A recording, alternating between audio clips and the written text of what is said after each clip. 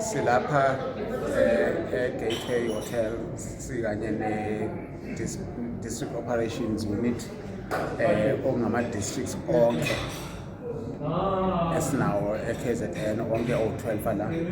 Inhloso yokuhlangano la ukwenza i-planning for the year. Ilapho khona sihlanganisa amasu ukuthi sizokwenza kanjani ukwenza ukuthi iy'ngane zethu wonke amabanga kusukela kwa-grade 1 kufika ku-grade 12 ukuthi ziphumelele, sizinike ithuba elingcono lokuthi ziphumelele zenze kahle ey'fundweni zazo. Sizoqaphela ukuthi asigxilile kakhulu ku-grade 12 kuphela, but sigxile kwi-system yonke. Inhloso yokuba khona kwami lana bekuzonika nje umhlahlandlela wezinto ezimbalwa okufanele siqinise kuzona ukwenzela ukuthi siphumelele.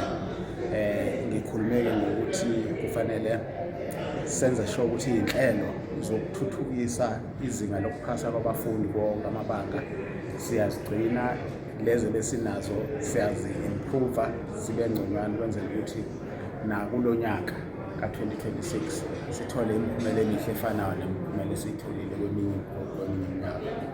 Okwesibili, ngithe abagxilise kakhulu ey'koleni ukuthi akube nokusebenzisana phakathi kwama-primary schools nama-secondary schools ngoba siyi-system eyodwa, and therefore ukusebenzisana kwalezi gaba kufanele kube sezingeni eliphezulu kwenzela ukuthi abafundi uma befika e-secondary bafike ama-gaps abanawo kube ama-gaps asekade sikhaswa othisha babo base-secondary.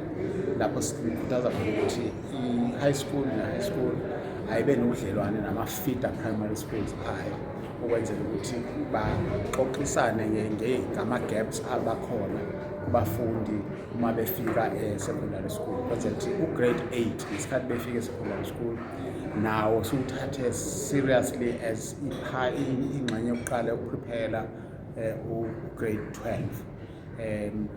Yilokho kakhulukazi engizekona. Okwesithathu kube ukuthi kufanele siphathe ngokucophelela imfundo, siyimanage ngokucophelela, sibuke izinto ezinjengama-audit outcomes ukwenzela ukuthi sithi senza kahle kuma-academics sibe senza kahle futhi nangakwezokuphatha, that is i-administration, include-ke izinto ezinjengo-procurement, into ezinjengo-financial management.